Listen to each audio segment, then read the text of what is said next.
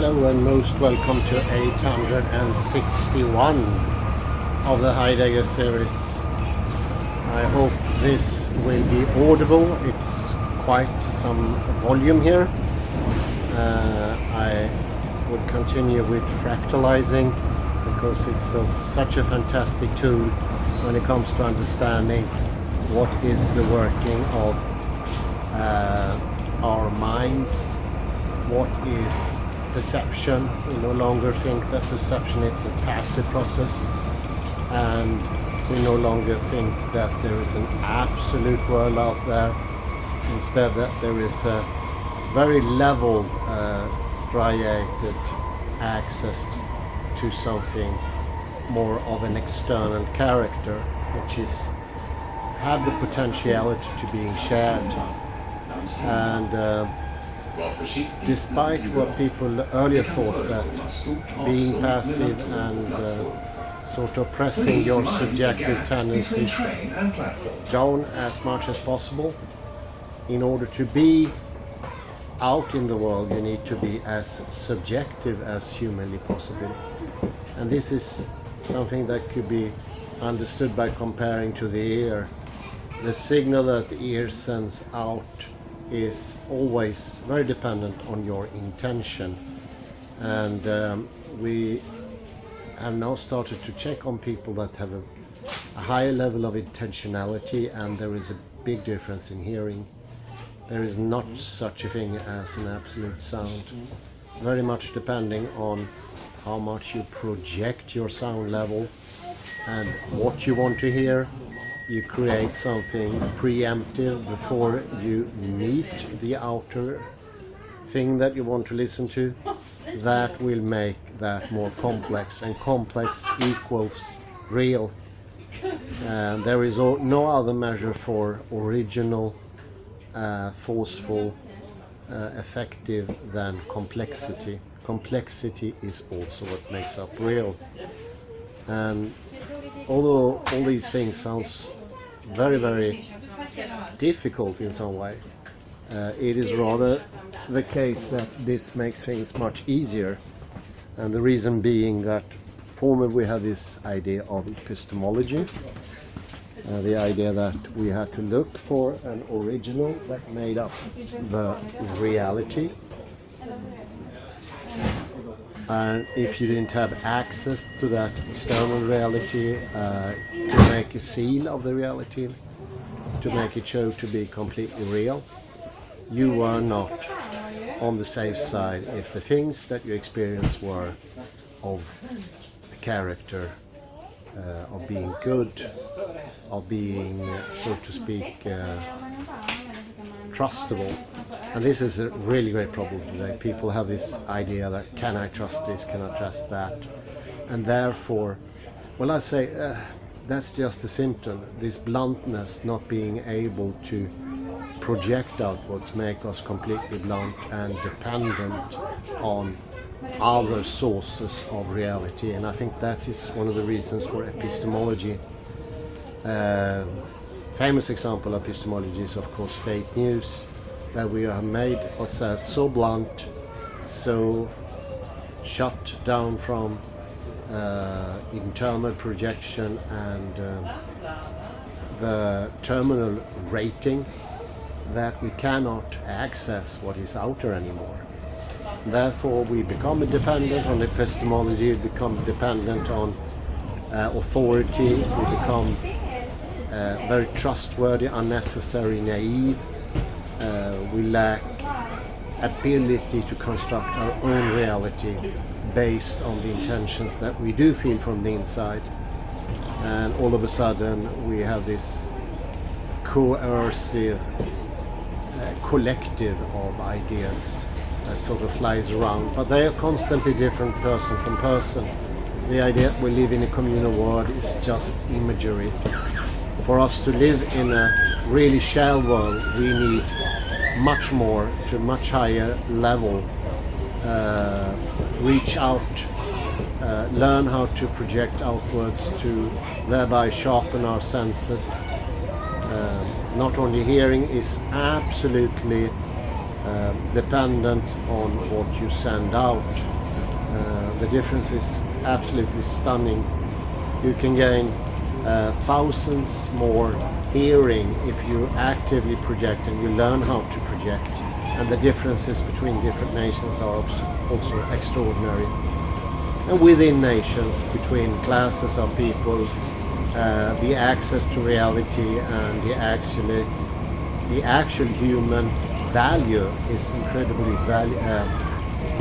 different, because human value is the same as your access to reality, and that makes you self-servant, that makes you yourself to be an authority in your own life. It makes you trust your own instincts, so to speak, but those are not instincts, they are rationality, that is intellectualization, and that makes you strong. And if you don't have access to knowledge, you become infinitely weak, and you have to trust other people. You don't have a choice. You cannot liberate yourself just by fighting some unknown foe somewhere, because the very fault is in with yourself. The lack of understanding of reality makes you, in a way that is completely obvious, incredibly weak. We need the information.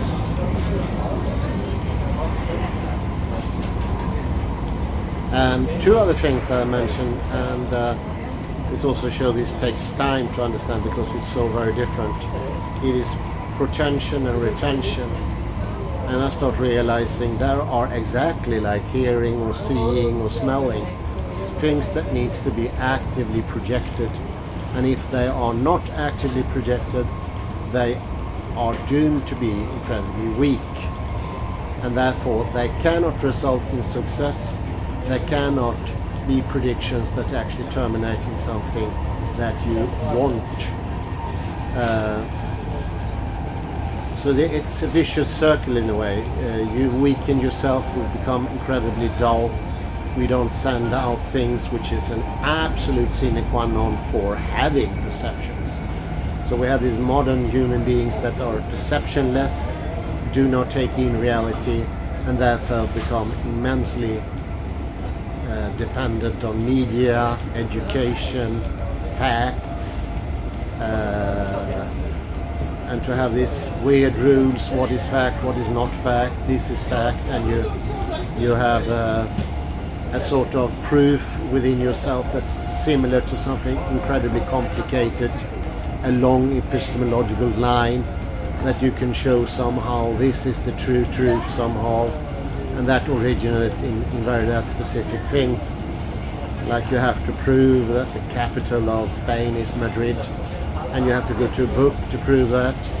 It's just so incredibly complicated, and in the end not very rewarding, and it gives a knowledge that is very diluted, really weak, and not enough to give sustenance to your predictions, your understanding of the world. It doesn't give you happiness, it doesn't give you satisfaction. The same goes with attention. For most people, one thing I read from a similar author of Frober, Otto van Koningshoven, he shows that the lack of knowledge today is among the population. 90-95% have no knowledge of the world whatsoever, and they live in this simulacra of Ian McGilchrist or some other self-made world, and they always use cognitive dissonance to sort of talk away their own mistakes and say they are still thinking human beings, although everything they do are mistakes. They can't handle their own lives, and so forth and so forth. So this is a sort of a introduction to chapter 9 on page 179 of Frober's book. Let me just enlarge this. Modifying duration 1, it's called nesting and denesting.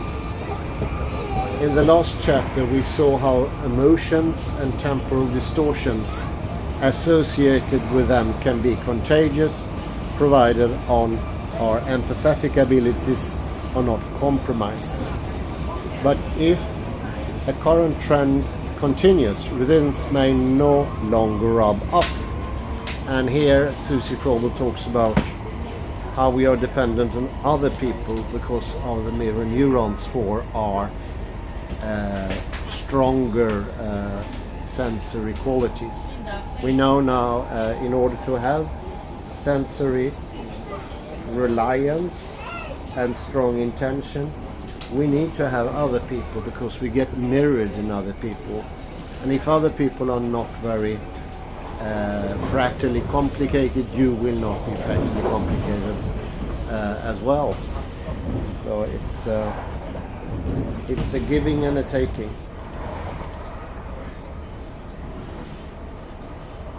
And that has to do with the nesting processes.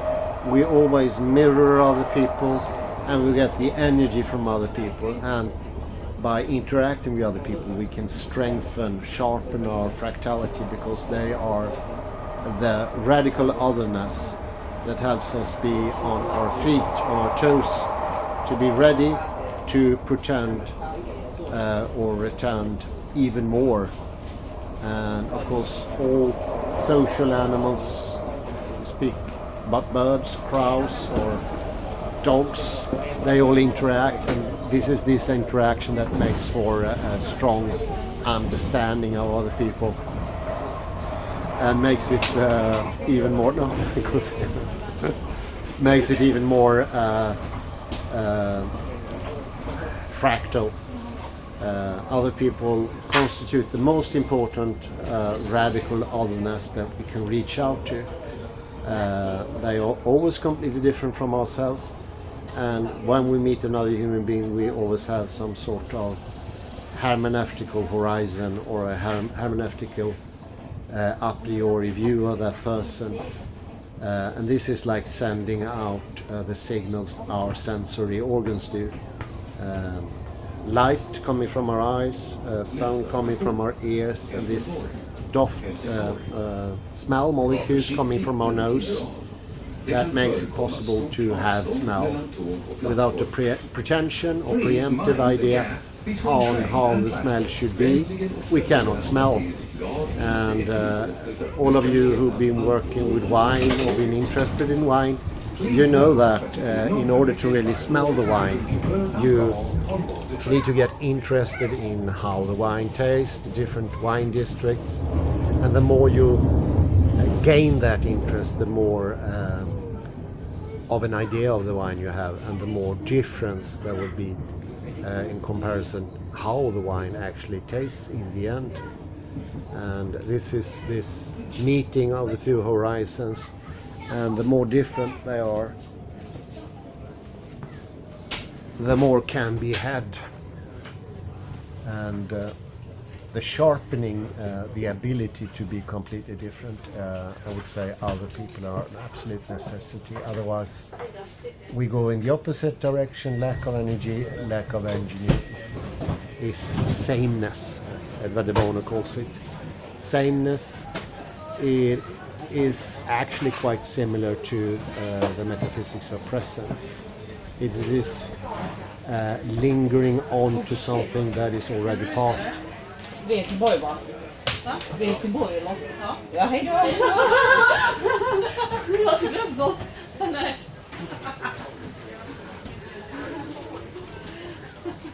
Gå hem och sov nu. Ja, jag känner verkligen det. Godnatt. Vad sa du? Jag ska av, jag glömde att jag ska av här. Vi sitter här. Ja, vi sitter här. Jag känner in mig. Vi sitter här va?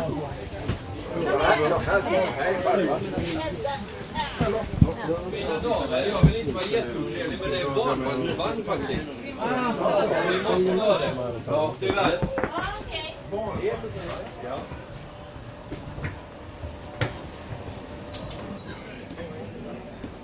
Chapter 9, Modifying Duration 1, Nesting and Denesting. In the last chapter we saw how motions and temporal distortions associated with them can be contagious provided our empathetic abilities are not compromised. But if the current trend continues, rhythms may no longer rub off. And this is the zest of the thing. This is widely interesting.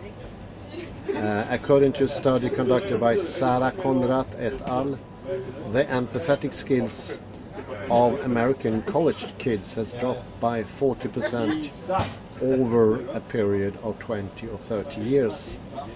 The biggest fall occurred between 2000 and 2009, suggesting a trend.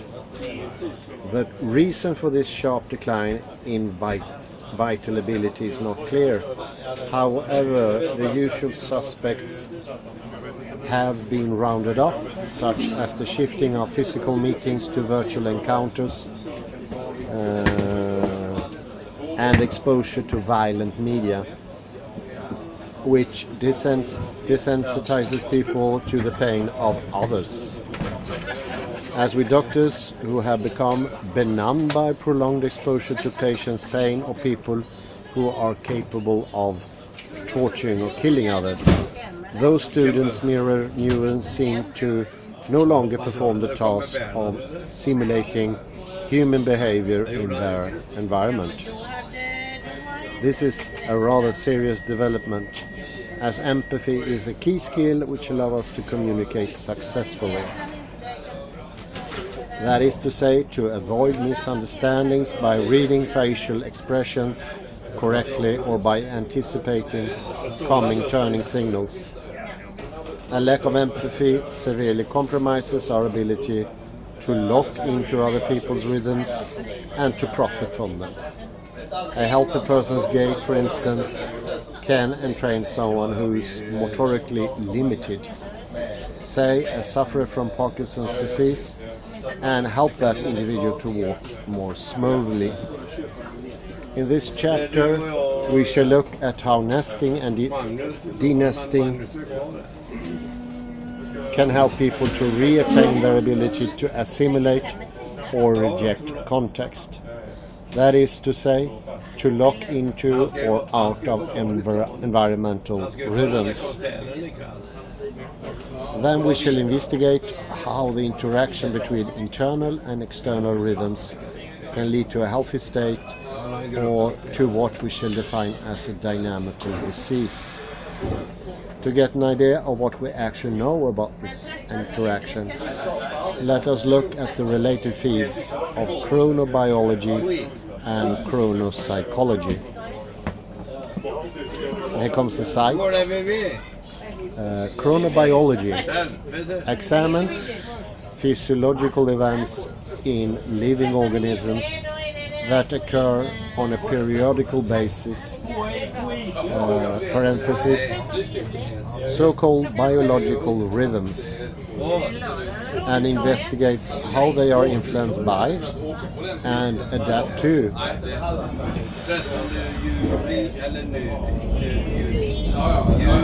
external rhythms.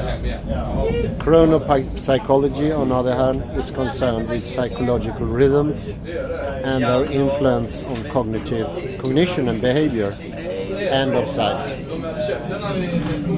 Internal cycles are linked both to other endogenous rhythms and exogenous zeitgeber. That is to say, external synchronizing stimuli. Hormone production, for example, is influenced by an individual's sleep-wake cycle. A disruption of that rhythm has a negative impact on health.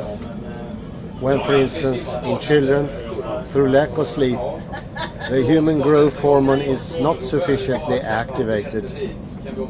But there are also internal rhythms, often referred to as inner clocks, which seem to run independently of any external synchronizing stimulus.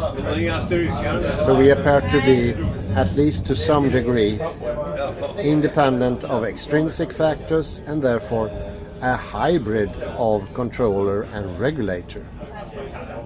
However, it's difficult to say how those internal clocks would behave, say after a decade of selective sensory deprivation.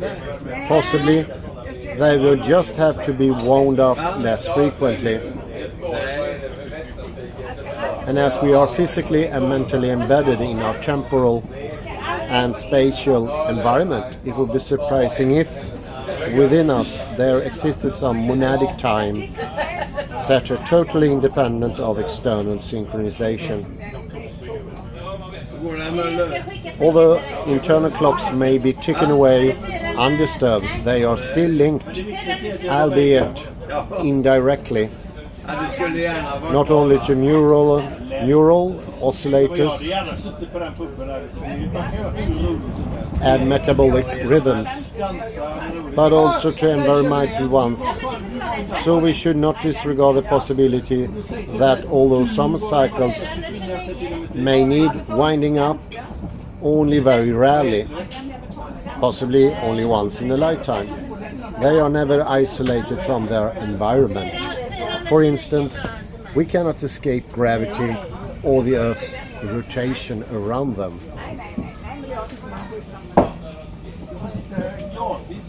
The rhythm which exerts the strongest impact on living organisms is the circadian one, which is a cycle of approximately 24 hours. In the isolation experiment, it has been shown that the average circadian rhythm is closer to 25 hours, implying that it is based on endogenous Zeitgeber and in a clock.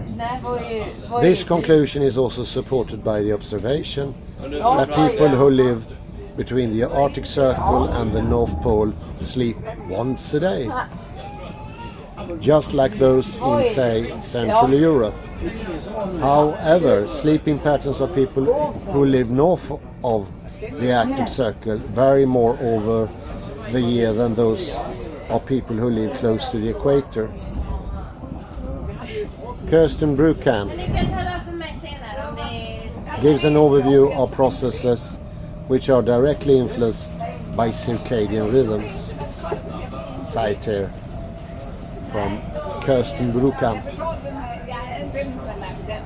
Circadian rhythms determine functions such as sleep-wake cycles, periodic hormone levels, thermoregulation, and appetite cycles. In particular, circadian clocks control the biological functions of metabolism, such as food intake, biochemical reactions of the metabolism, detoxification, and excretion. An example is the steering of waste disposal systems in liver, gut, and kidneys. As a further instance, we can point to detoxification, which depends strongly on a circadian rhythm. Evidence of this is that some drugs reveal an astonishing range in effect, depending on the timing with which they are administered, from lethal to almost non-toxic.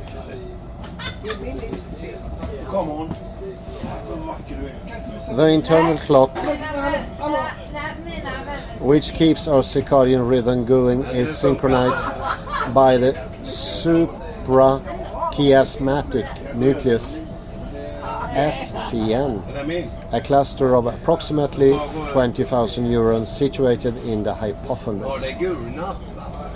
This master pacemaker synchronizes a number of peripheral oscillators which regulates periodic gene activity. Brukamp points out the hierarchical structure of pacemaker and peripheral clocks. The peripheral cells receive the periodic information necessary for the synchronization from the SCN and bodily functions, such as food intake. The clocks are thus organized in hierarchy with the SCN at the top. All the molecular mechanisms are fairly uniform.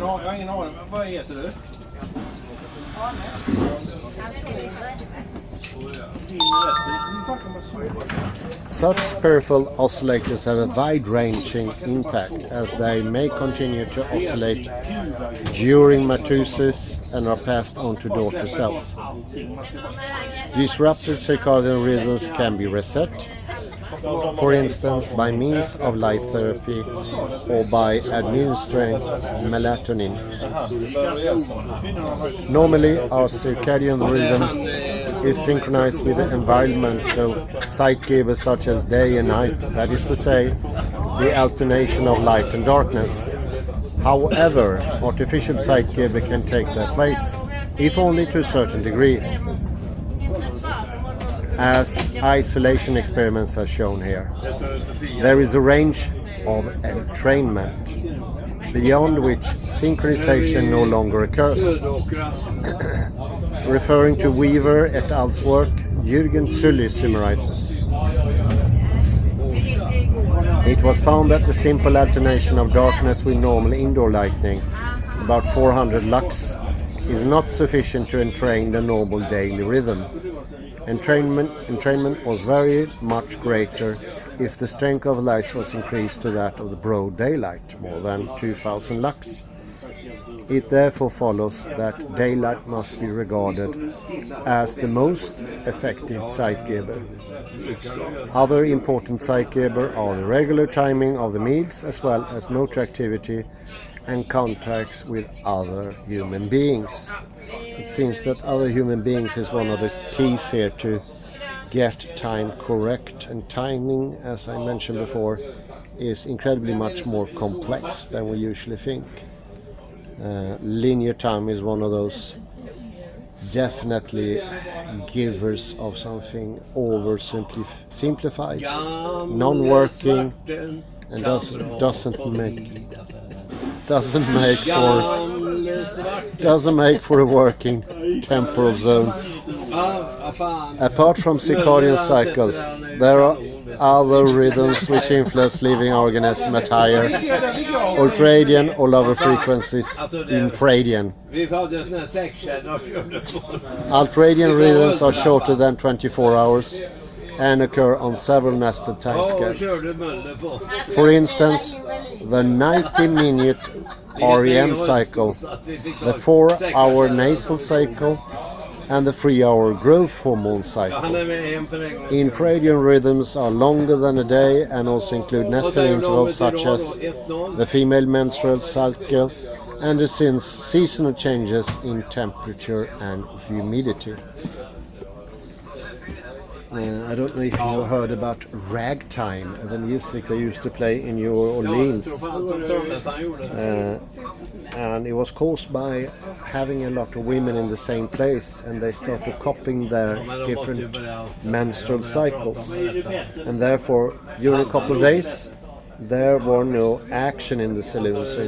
Instead, the finest evolved music that later got the name ragtime, because of the rags the women used to entertain the guests in musical way instead of the normal female way. It looks like if sleep-wake patterns are also connected to ultradian cycles, such as the 2-day daily maxima of orthostatic dysregulation. That is to say, the state of less variability in the accommodation of changes in blood pressure, which occur at 3 in the morning and around noon. The afternoon nap is beneficial because, according to Zulli, reduced vigilance, an increased rate of error performance, and a lowering of body temperature, all of which are independent of food intake, indicate that the organism is experiencing rearrangement during the day similar to those which characterize the second half of the night. This suggests that a resting phase belongs to this time. The organism is therefore not strictly adjusted to constant activity with only a single recovery phase within the circadian rhythm. but shows a change during this active phase towards a period of relaxation. So there you hear, it is time for siesta. And as far as I know, siesta is common in the majority in the Earth's living civilization. I think better to round up there and let the other fellows around me have their chat. Say thank you very much and a pleasant afternoon.